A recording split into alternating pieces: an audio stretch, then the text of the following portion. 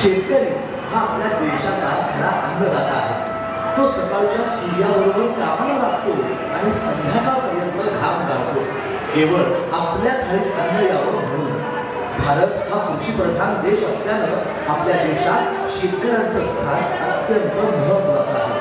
अवकाळी पाऊस, दुष्काळ, गारपीट यामुळे पिकांचे नुकसान, तर कधी कर्जबाजारीपणा आणि आर्थिक असुरक्षितता हे सर्वच त्याच्या नशिबी असताना सुद्धा त्याचा विश्वास कधीच ढळत नाही.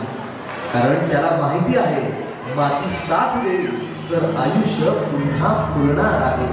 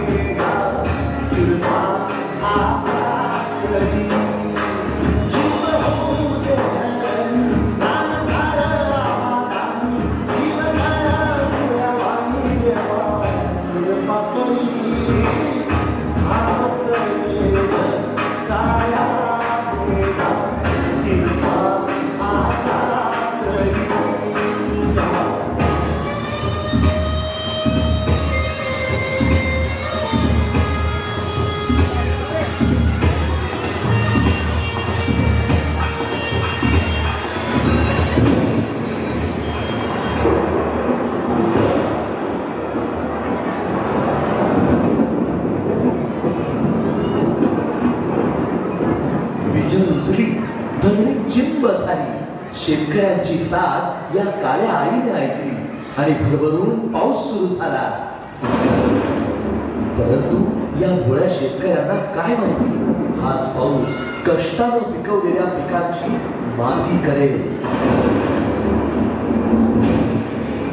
ढगफुटीसारखा पाऊस झाला आणि अख्ख्या सोलापूर शहरात हाहाकार उडाला. जोरदार पाऊस इतका बरसला की थेट नाकातोंडामध्ये पाणी जाऊन लोकांचा जीव टाकण्याला लागला. सोलापुरात अवघ्या काही तासात तब्बल 118 मिलीमीटर पाऊस झाला. त्यामुळे शेकडो घर पाण्यात गेली.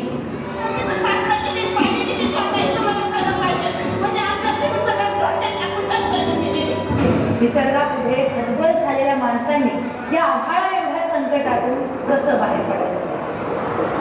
पश्चिम महाराष्ट्र आणि मराठवाड्यात तसेच सोलापूर जिल्ह्यात काही दिवसांपासून सुरू झालेल्या या संततधार पावसामुळे अनेक गावांमध्ये पाणी शिरलं. अतिवृष्टीने जनजीवन विस्कळीत केलं. गावागावात नद्या दुथडी भरून वाहत होत्या. कुठं घरं कोसळली तर कुठं मुकी जनावरं सुद्धा वाहून पडली. अनेक कुटुंब बेघर झाली. सगळं काही पाण्याखाली जात होतं. हा फक्त पाण्याचा पूर नव्हता, ती होती वेदनेची लाट, प्रत्येक शेतकऱ्याच्या आयुष्याला उद्ध्वस्त करणारी.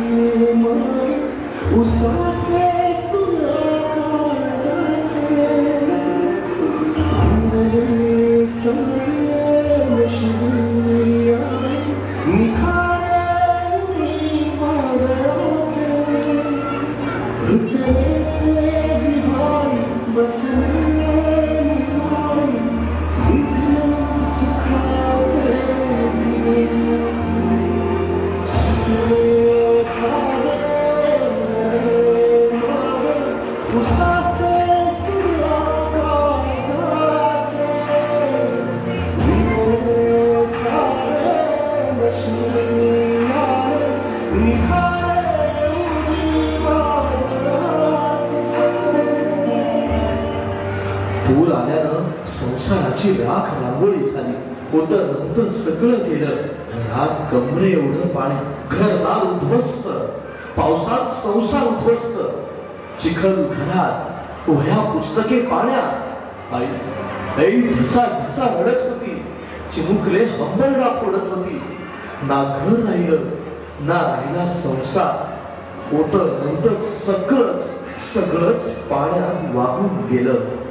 त्याच्यापेक्षा मेलेलं बरं असं वाटतं. तुला काय करायचे?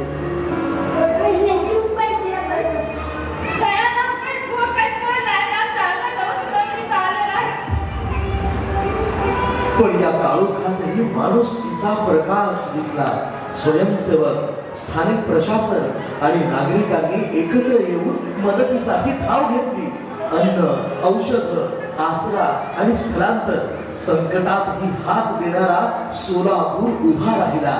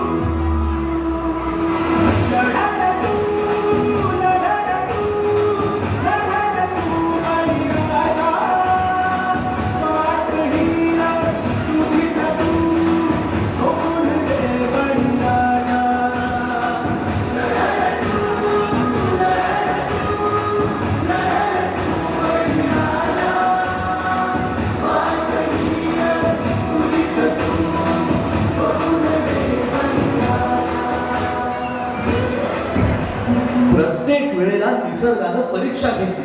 पुरात सगळं वाहून गेलं तरी देखील हा आपला बळीराजा थांबला नाही. त्यानं स्वतःशी खूणगाठ बांधली आणि तो सतत स्वतःशी म्हणायचा, आता पुन्हा उभं राहायचं, पुन्हा बियाणं पेरायचं, पुन्हा मेहनत करायची.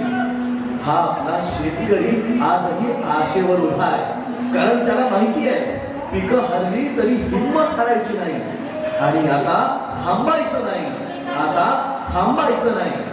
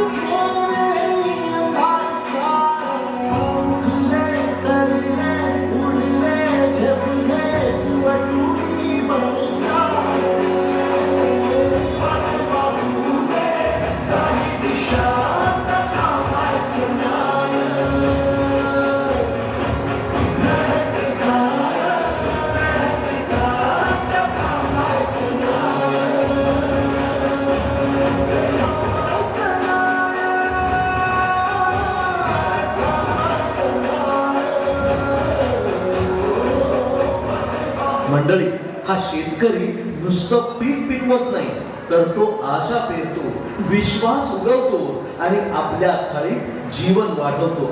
त्यामुळे या आपल्या बळीराजाला केवळ कृतज्ञतेचा नव्हे तर सन्मानाचा नमस्कार करायला हवा आणि म्हणायला हवं, जय जवान जय किसान, जय जवान जय किसान.